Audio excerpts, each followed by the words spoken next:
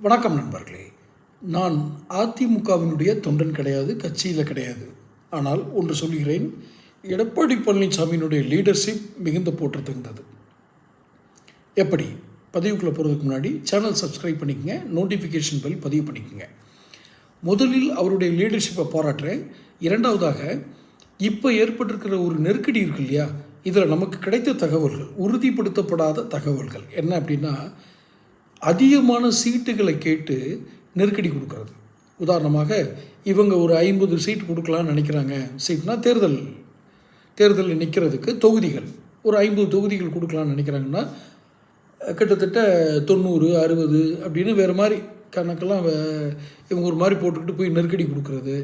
அப்புறம் இந்த TTV Dinakaran, Sasikala, OPS, இது மாதிரி எல்லா, அதாவது அவருக்கு பின்னால் இன்னும் இருக்காங்க, டீம் இருக்காங்க. இவங்கெல்லாம் அந்த எந்த வகையிலையும் சாதிய செல்வாக்கோ, சொந்த செல்வாக்கோ, வாக்குகளை கவரக்கூடிய எந்த வியூகமோ எதுவுமே இல்லாத இந்த கோஷ்டிகளெல்லாம் உள்ளே சேர்க்கறதுக்கு முயற்சி பண்ணுறது, இதெல்லாம் அவரை ரொம்ப கோபத்தை உண்டு பண்ணியிருக்கு. என்ன பண்ணுறாரு, இந்த உருப்படாத டீமை தள்ளி விட்டாலே நம்ம ஜெயிச்சிடலான்ற நிலைமைக்கு வந்துட்டார். இந்த எண்ணத்துக்கு தள்ளி கொண்டு போகிறது யார் தெரியுமா? இந்த இடத்துக்கு இவரை தள்ளி தள்ளி கொண்டு போய் புஷ் பண்ணுறது யார் அப்படின்னு பார்த்தீங்கன்னா, அந்த கிரேட் அண்ணாமலை. அவர் தான் இவருக்கு இந்த நெருக்கடி கொடுக்க சொல்லி மேலிடத்துக்கு தகவல் கொடுக்குறது.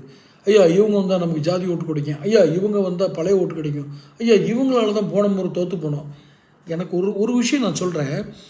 ஒரு குறிப்பிட்ட வருஷத்தில் ஒரு கட்சி இவ்வளோதான் ஓட்டு வாங்கியிருக்காங்க, வாக்குகள் பெற்றிருக்காங்க ஒரு இடத்துல அப்படின்னா, அதுக்கு சாதி மட்டுமோ அல்லது அந்த கேண்டிடேட்டுடைய இதை பார்க்காமலோ, வெறும் சாதி மட்டும்தான், தலைவர் மட்டும்தான்னு சொல்கிறதெல்லாம் அபத்தத்தோட உச்சம். மேல்மண்ட காளின்னு அர்த்தம் அப்படி சொல்கிறவங்களுக்கு. ஒரு கேண்டிடேட்டு, அந்த கேண்டிடேட் அங்கே இருக்கும்போது அவருடைய சமூக நன்மதிப்பு, அந்த நேரத்தில் தமிழகத்தில் நடந்த சில சம்பவங்கள், அரசியல் சம்பவங்கள், ஏற்படும் தாக்கம் அப்படின்னு பல்வேறு ஃபேக்டர்ஸை உள்ளே அடக்குனது தான் ஒரு தேர்தல் முடிவு. இது நிறைய சமயங்களில் தமிழக தேர்தல் வரலாற்றில் நிரூபிக்கப்பட்டிருக்கு. இப்படி எந்த அடிப்படை அறிவும் இல்லாத, ஒரு துளி கூட அறிவில்லாத ஒருத்தருடைய பரிந்துரை ஏற்றுக்கிட்டு அப்படி ஒரு அறிவு இருந்துச்சுன்னா அவரை போய் தலைமைக்கும் கட்டுப்படாமல், தமிழ்நாடு தலைவர்னா யார் அவர் அப்படின்னு நினச்சிக்கிட்டு போய் கட்டுப்படாமல் இந்த டிடிவி தினகரன், சசிகலா, உருப்படா டீமெல்லாம் கூட்டிகிட்டு போவார் அவர்.